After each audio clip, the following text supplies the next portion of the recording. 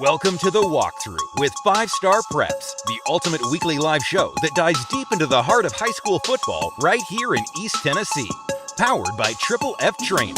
Train like a pro. Each week, Jesse Smithy and the 5-Star Prep team takes you beyond the gridiron and into the stories that define Fall Friday nights in the hills of the Great Smoky Mountains.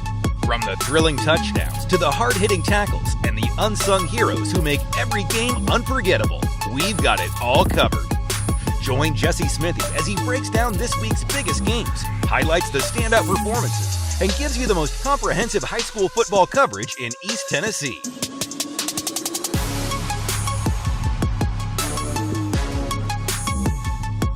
Now, catch us live on the Walk-Thru, presented by Triple F Training. Welcome back into the Walk-Thru, the playoff edition. Can you believe we are in the midst of the first round of the playoffs, Jesse? I missed you last week. We had our playoff war room show. Of course, you have duties on Friday night at West High School, and so we did our playoff war room show. We actually finally got Lee Smith in the building. Nice. And he helped me unveil the playoff pairings for local teams there late on Friday night. We had Brody Smith, his son, come in for the pregame. He gave us an update on his recruiting kind of process, situation. And he took a visit to Clemson this past weekend. So it was a success.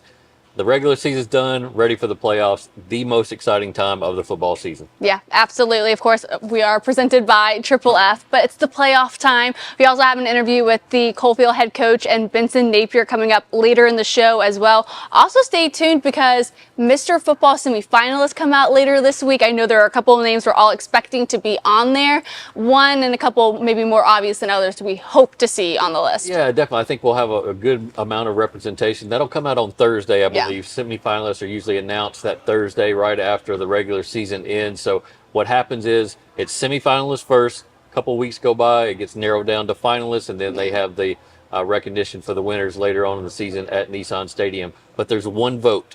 That's what I want people to realize. It doesn't matter what happens in the playoffs. This is a regular season award. So the voting, all the voting happens at the end of the regular season. There's no second round to vote when they cut it down. The TSSAA will already know the winners after we vote. And so they just announce it staggered. They'll do. So you're not going to vote twice. No. Okay. So anything that happens in the playoffs is inconsequential when it comes to Mr. Football Awards. Those are regular season only. But yeah, expecting some guys like Eli Owens, Eli Graff to be in the mix at Alcoa. Eli Graff has had an unbelievable year. You've even seen Eli Owens petitioning on social media for his quarterback, Eli Graff, to be the winner in Class 3A. So we'll see if that happens. Yeah, absolutely. Well, let's turn our attention to that first round of the state football playoffs. We have Jefferson County and Bearden. They start on a Thursday, though, which is a little interesting because that's kind of like a new idea as of recent. But both of these teams do have Thursday night experience. Right. Jefferson County just came off of a Thursday night game in the last week of the football season. Bearden, though, has maybe had the weirder schedule because they've had 2 Saturday games and a couple Thursday games as well. Right. It's definitely new. And when I first saw it, I was just kind of like taken aback by it because we're not used to it. And you go, wow, this is a short turnaround for the postseason. You're maybe putting the season in jeopardy a little bit. But after talking with some coaches, they're like, look, we've done Thursday night games so much now. We have a routine with that. We have a plan for that. Jefferson County played on Thursday last week, like you mentioned, so they're going to get a full week of prep.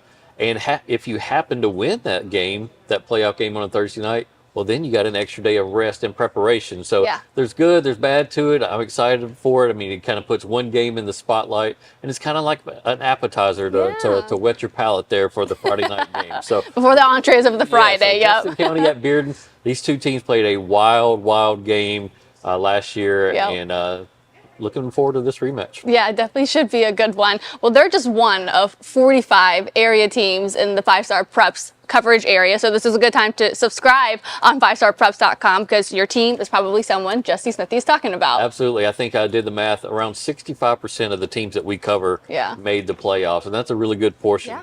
Of course, as the weeks go on, that gets chopped, and hopefully we have a good amount of teams for that quarterfinal round. That's going to give you an ample amount of opportunities to move on to the semifinals and ultimately the state championship. But I did a lot of bracket analysis over the weekend, and not just to see how many teams from the area made it, but there's always talk about the amount of losing teams in the brackets nowadays. And so I figured it up. 53 teams total in the state of Tennessee have losing records that are in the postseason. Wow. Whether that's Division II, whether that's Division I. I think all told, there's about 230 teams that made the postseason in 9 classifications. So 53 out of 230 is 23%. That's roughly 1 out of every 4 teams. That's not a good look. That's why 15 years ago they tried something called the Z Plan. And it was whole mathematical formulas and this, that, and the other to try to reduce the amount of travel that teams had to go in the playoffs, but also weed out the number of losing teams. And it never really worked in this state. And so they kind of went back to the old models, but it's all situational, right? When you look at Farragut, you go, oh, they're 4-6.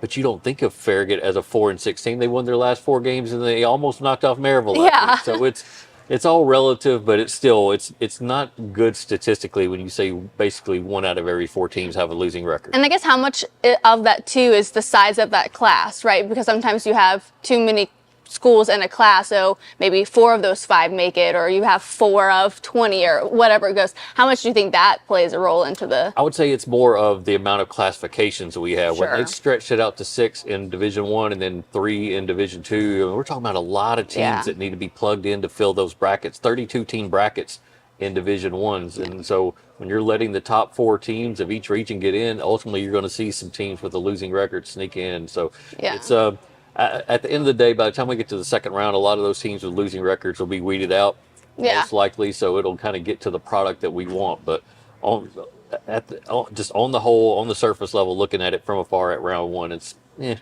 And now that you're saying that, there will be a Cinderella team in the playoffs.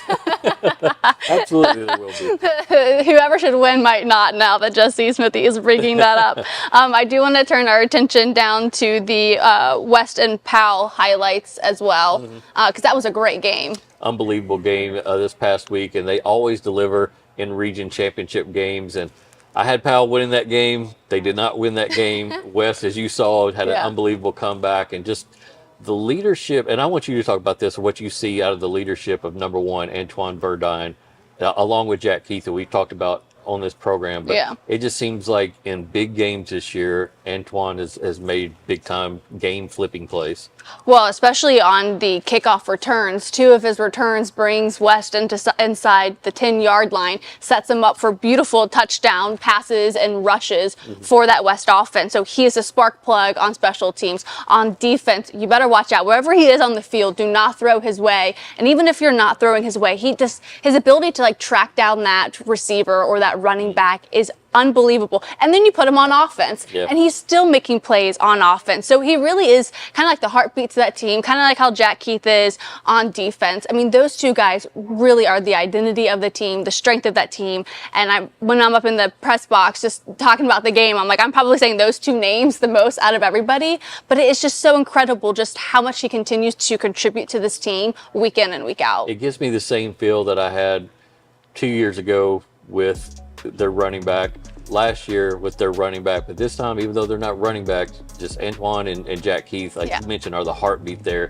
and are the leaders of that team. And as we'll see in these highlights, they made some big time plays. Yeah, absolutely. Well, we'll talk more playoff roads to the state championship when we come back after this.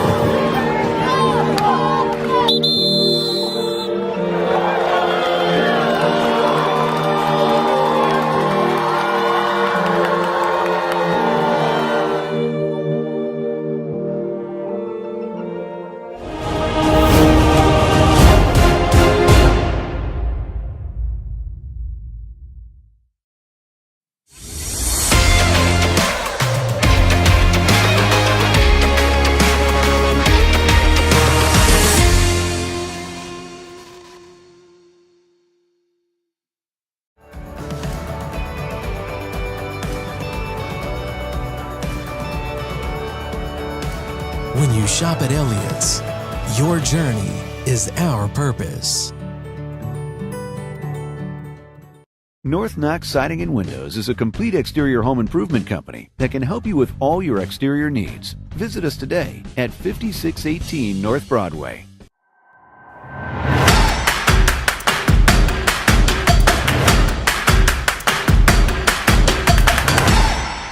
Welcome back into the Walk-Thru Page Hour. Jesse Smithy. We now have our Waffle House win-loss/preview projections that we have to put out. And I think we should start with Gatlinburg-Pittman and Kingston. So 6-2 all time, and it was kind of a blowout last year. Yeah, I love this matchup though, Paige. It's obviously a big 3A matchup, but you have run offense versus run offense, and that game's going to go quick.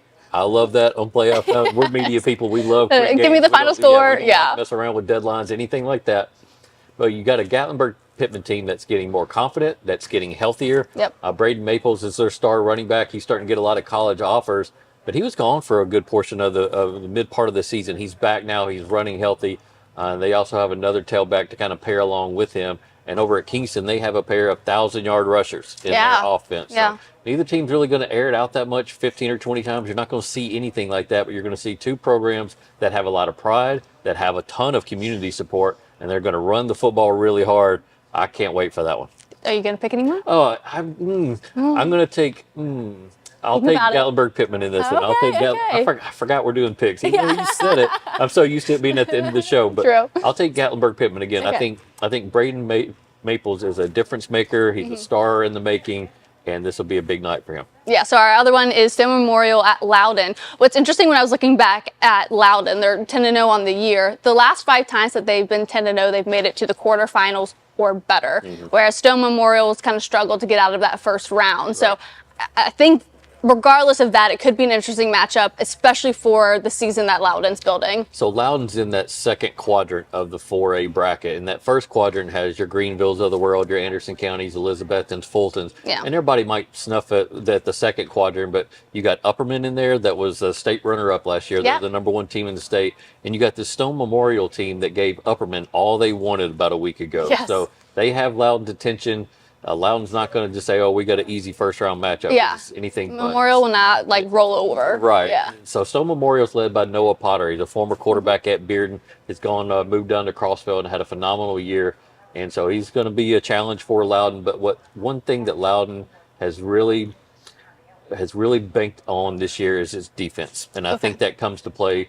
Your offense might get a little nervous because it's the first game or whatever, but your defense is just out to headhunt, hit people, make tackles. Nerves don't really play a part in any of that execution. So I think that defense will kind of carry them in the first half.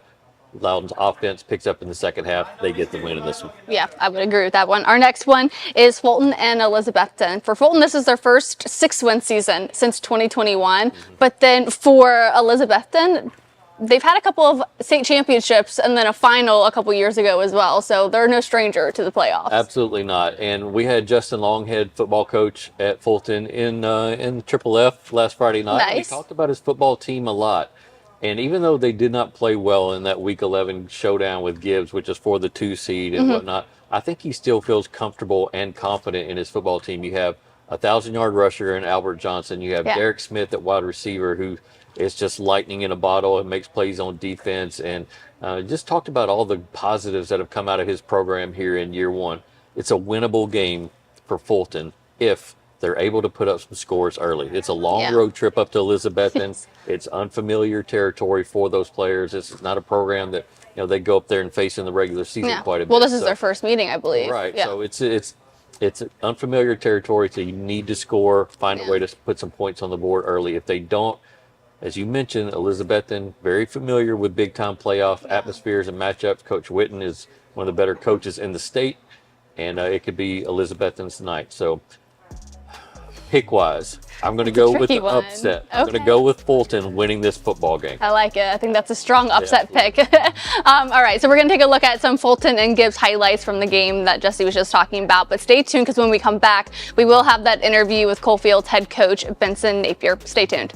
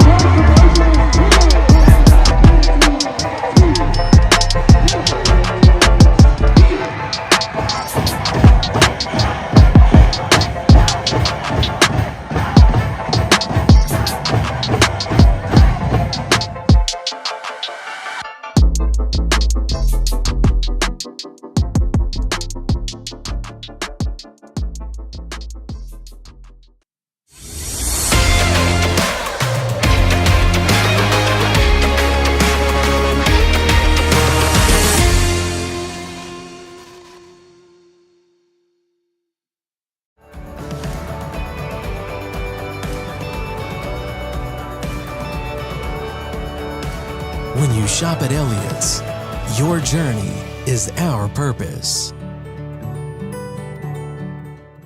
North Knox Siding and Windows is a complete exterior home improvement company that can help you with all your exterior needs. Visit us today at 5618 North Broadway.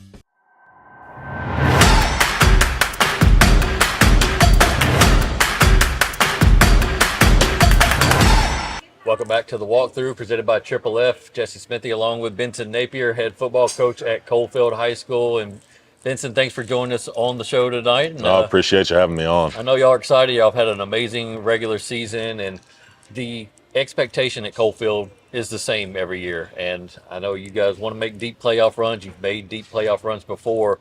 What concerned you though going into this year, that like things you wanted to shore up before the regular season even began? We knew we needed to get a little bigger up front. We were a little undersized last year on the offensive line. So all off season we were focused, we got to hit the weight room hard, got to get bigger. Our kids responded. They got after it in the weight room. We had a really good off season. Needed to clean up some things offensively. Needed to be able to run the football a little better than we were last year against the better competition we saw. And our kids responded. Coach Wilson, our offensive coordinator, he done a fantastic job. Changed up kind of what we were doing a little bit offensively, went away from zone into more power run game. It's benefited us. We've had a lot of success with it. Yeah. You also returned an experienced quarterback in Luke Treese. And how much of a just comfort level is that for you as a head coach, knowing that you have a guy that's been through the fires back there? Oh, it's awesome. I mean, he's a great leader, great kid. Huge arm, so that makes it when you're looking at changing offenses, and you got a quarterback with an arm like that, is you sit there and say, okay, he can make any throw on the field. He's a smart kid. He's going to pick this up quick. And the greatest thing about it is we went from an offense that throws the ball 20, 25 times a game to he's averaging maybe 10 attempts a game. But he's a kid that wants to win more than anything, and he's not said a word about it. He said, if this is what helps us win games, I'm willing to do it. He got a little bigger this offseason. He's ran the football more this year. It is a great thing when you have a quarterback with that mindset. Yeah, I mean, you can tell that he's bulked up, especially upper body. And he's a kid that's going to play college baseball. He's been a Mr.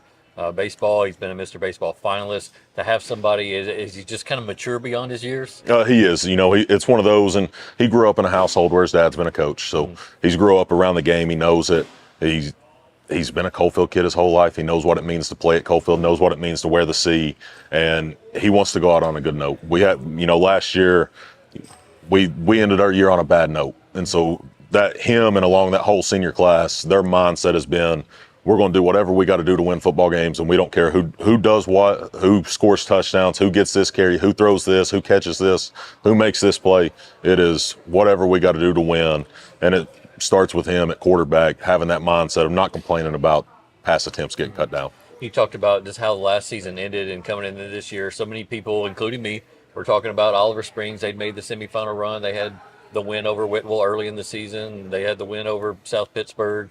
And Coalfield's in a different position going into that game. How much did y'all relish that kind of going into that situation there in week 10? Yeah. As an underdog. Well, told you earlier, that's the first time in my 4 years we've went into a region game as an underdog.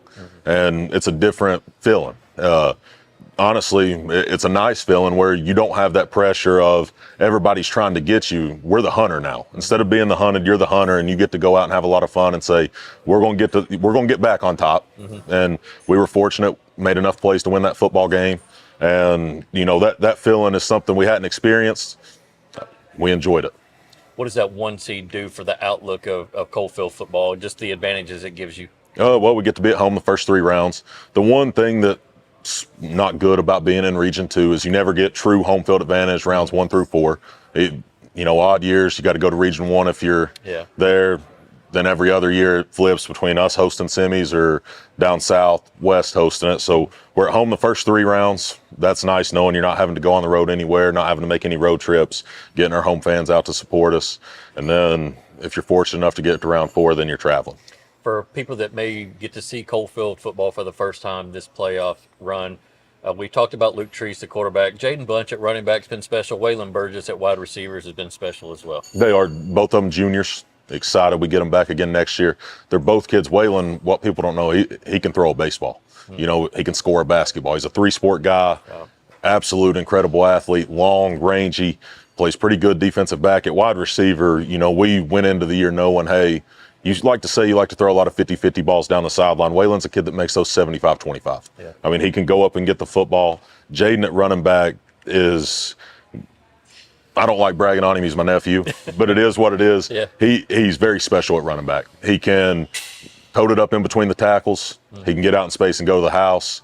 And you get out in open field with him, you don't know, is he going to make me miss? Is he going to juke? Or is he going to lower his pads and run me over? And he had a really good off season, added a lot of weight, added a lot of strength in his lower legs, and had a really good off season that's paying off this year. Any other kids that have been really maybe nice surprises, or just guys who leveled up? Mason Smith, our offensive tackle, he's a senior. he had his best offseason this year. Going into his senior year, had a really good offseason. He's kind of led the way up front. You know, we put a lot on his shoulders in what we're doing, saying you're going to be the guy that makes us go up front. It's on you if we're able to run the football. He's done a fantastic job in getting off the football, moving people, creating running lanes. And our offensive line has kind of got that mentality of we want to be physical, nasty linemen. And then defensively, two kids that stand out a lot. Eli Justice at outside linebacker has made a ton of plays, had an incredible year defensively. And we changed his role up. It's not as much rushing the quarterback, getting in the backfield, making plays. It's been more, you're going to have to play out in space and make tackles. He's had a fantastic year doing that. And Levi Heidel at safety is kind of the guy in our secondary that gets everybody right, communicates really well, has a great mindset. And he's a kid, another one that just embodies what we do at Coalfield and why we're successful. And he could be playing wide receiver for any other team in our region, starting at wide receiver. Yep. He doesn't start on offense for us, but he's okay with it. When it gets playoff time in Coalfield, does the sense of excitement rise in that community? Do you feel a switch kind of flip? Oh, yeah. Everybody knows what it is. Everybody knows that at the end of the day, we expect region championships. That's not anything new. We celebrate it that night. The next day you move on, because what matters is what happens in November. We've been close. We've been close the last 3 years. We want to finish it off and make that run, and the people in Coalfield know that, and they're excited about it. Well, Benson, I appreciate your time tonight and joining the program. I'm sitting here looking at you. I have beard envy, man. I wish I could grow that. What are you feeding that thing? I don't cut it off football season. Well, I say that once it's playoff time, I'll trim it up at some point this week before Friday and let it go again. And I remember a few years back we did one of our film room sessions on you guys. Came out and did a documentary, and you did a sit down with our filmmaker Sam Scott. Great voice, like radio, like TV voice. I mean, if the football coaching thing you ever get tired of it, you just need a little break, come join us and do some media stuff for a while. I've heard that before. You know, I got a face for TV, voice for radio. That's right. Vince, appreciate it, man. Good luck to you guys in the playoffs. That's Vincent Napier, head football coach of Coalfield High School. Stick with us. When we come back, more previews, more picks right here on the Walk-Thru.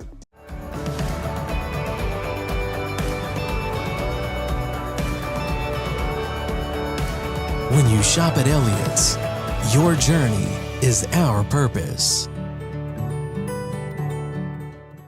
North Knox Siding and Windows is a complete exterior home improvement company that can help you with all your exterior needs. Visit us today at 5618 North Broadway.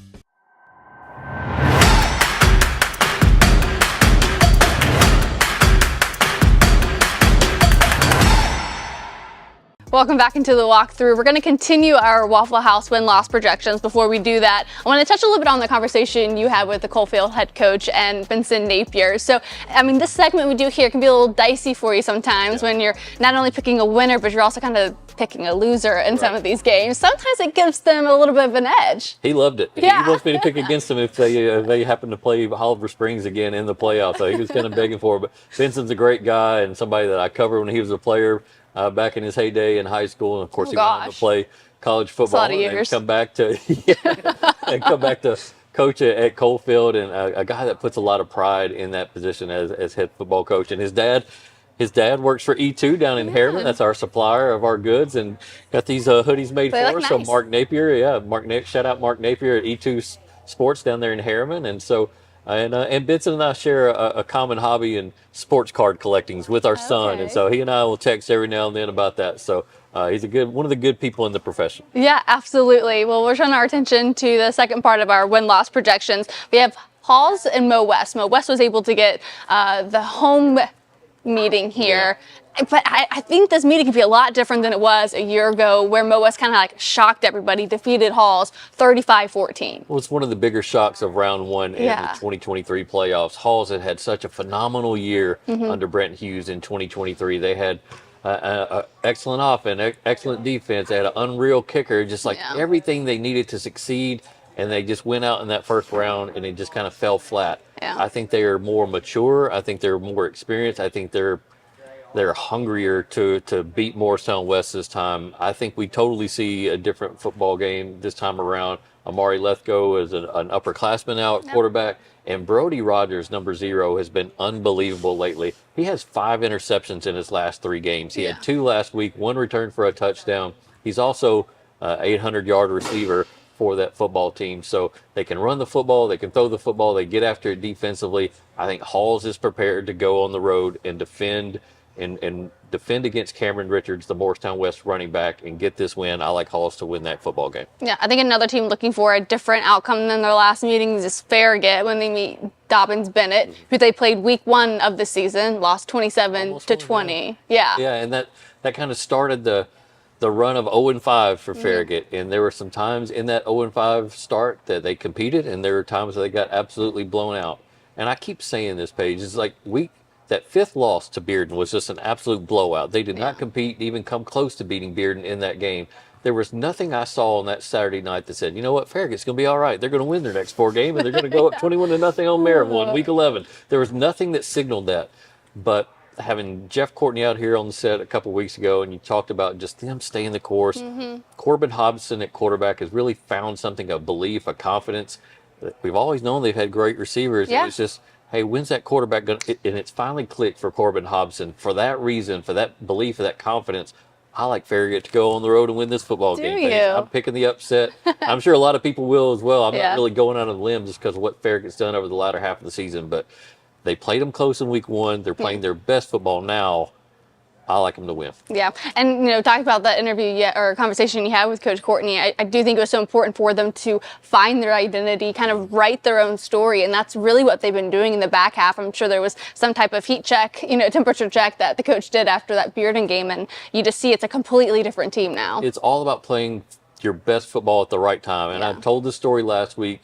And again, I'm telling an old-timer story, but back in 2005, there was a Livingston Academy team that was 5-5. Okay. Could not beat Fulton, could not beat Catholic, could not beat Carter, anybody. Well, guess what? They ended up winning a state championship. Wow. They knocked off all those teams in the playoffs, ended up winning a state title and going 10-5. So I'm not saying Farragut's going to win a state title, but it's all about how you play in November. Yes, absolutely. So how you play in November 2 goes to our next Waffle House win-loss. It's Northview or North Point and Grace. So what I thought was interesting about these two teams when I was kind of looking at them, so North Point, they've only given up 129 points this season. That's 4 shutouts as well. But then they're meeting a Grace team that has one of their best offenses since I think like the 2015 season. They have 379 points so far. So it's defense, offense. What do you think? I like Grace to win this football game. North Point is actually even in Mississippi. It's like at the tippy top of Mississippi. It's not even in Tennessee. So how are they even in the What's going on? That's a story for another time. But just watching some film on North Point and looking at their stats today,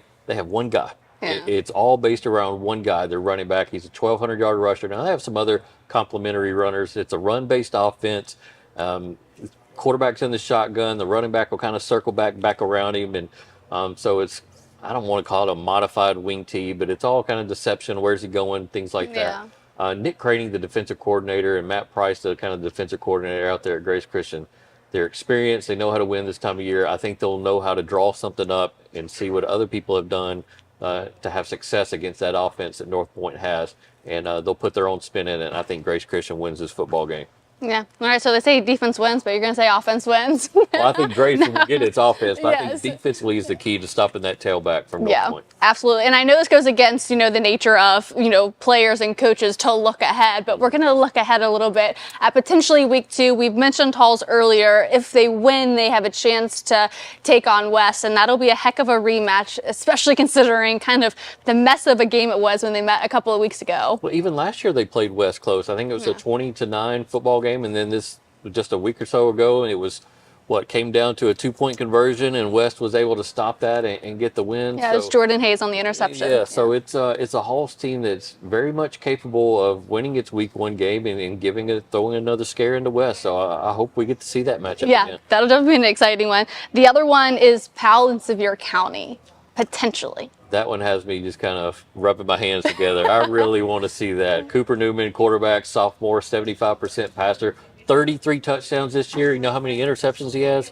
0. Wow. For a sophomore to be able to put up numbers like that is insanity. That's the reason why Virginia Tech is offered. Still waiting to see if they get Tegan Navarra back at running back. Remember, he should be back around sometime in the playoffs. I don't know at what capacity because he's been on the shelf for a while, but we'll see. But Powell versus Sevier County, Deuce Rogers, Cooper Newman, just star power galore. 2 great communities, and it will be a fantastic second-round matchup. Yeah, it certainly will. Another one that I'm sure both teams maybe are looking to have is Farragut and Bearden, maybe more so Farragut after that blowout, but that could be a really interesting one. Yeah, very, again, Farragut would have to upset DB at DB with really Which tough you place picked them to play. do, And then Bearden's going to have to handle Jefferson County team that's got a 2,000-yard rusher in Skylar Thomas. So a lot of things have to happen, but man, a Farragut Bearden game in the playoffs, sign me up for that. Yeah, that's like a game that you wish would be like a quarterfinal kind of game at least, and it's like a second round game, potentially. We've gotten it in baseball, and we've gotten it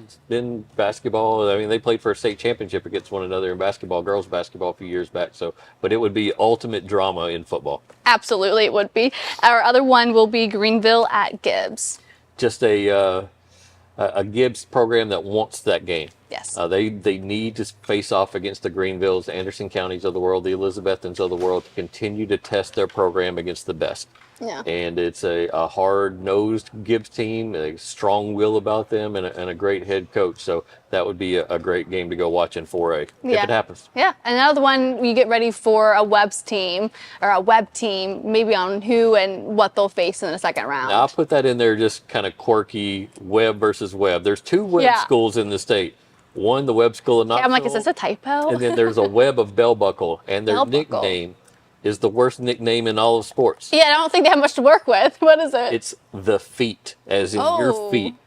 Webb. I do not enjoy that at all. F-E-E-T. The Webb feet. So like amphibians. Yeah, like so Webb School of Knoxville has to go on the road to beat BGA for that to even happen. BGA beat them really badly early in the season, but it would be a fun, kind of weird, who's the real Webb matchup if they were able to. I think we can just already say the Spartans.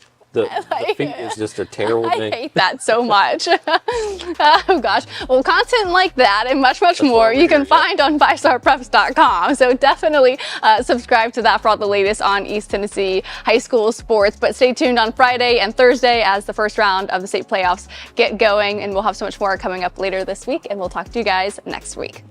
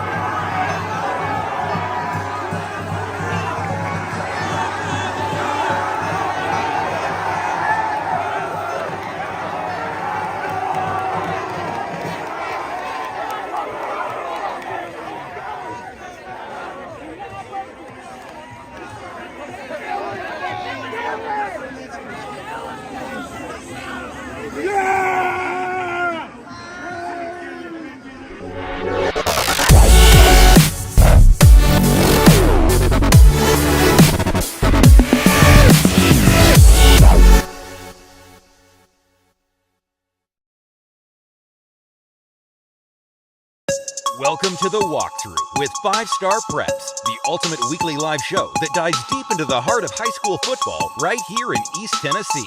Powered by TSSAA Training. Train like a pro. Each week, Jesse Smithy and the 5-Star Prep team takes you beyond the gridiron and into the stories that define Fall Friday nights in the hills of the Great Smoky Mountains.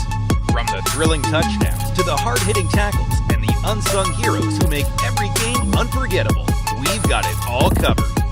Join Jesse Smithy as he breaks down this week's biggest games, highlights the standout performances, and gives you the most comprehensive high school football coverage in East Tennessee.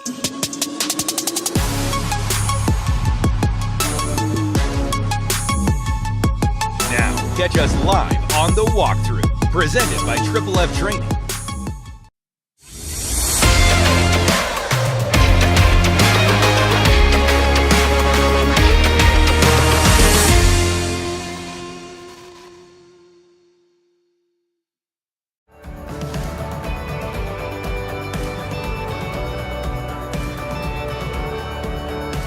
When you shop at Elliott's, your journey is our purpose.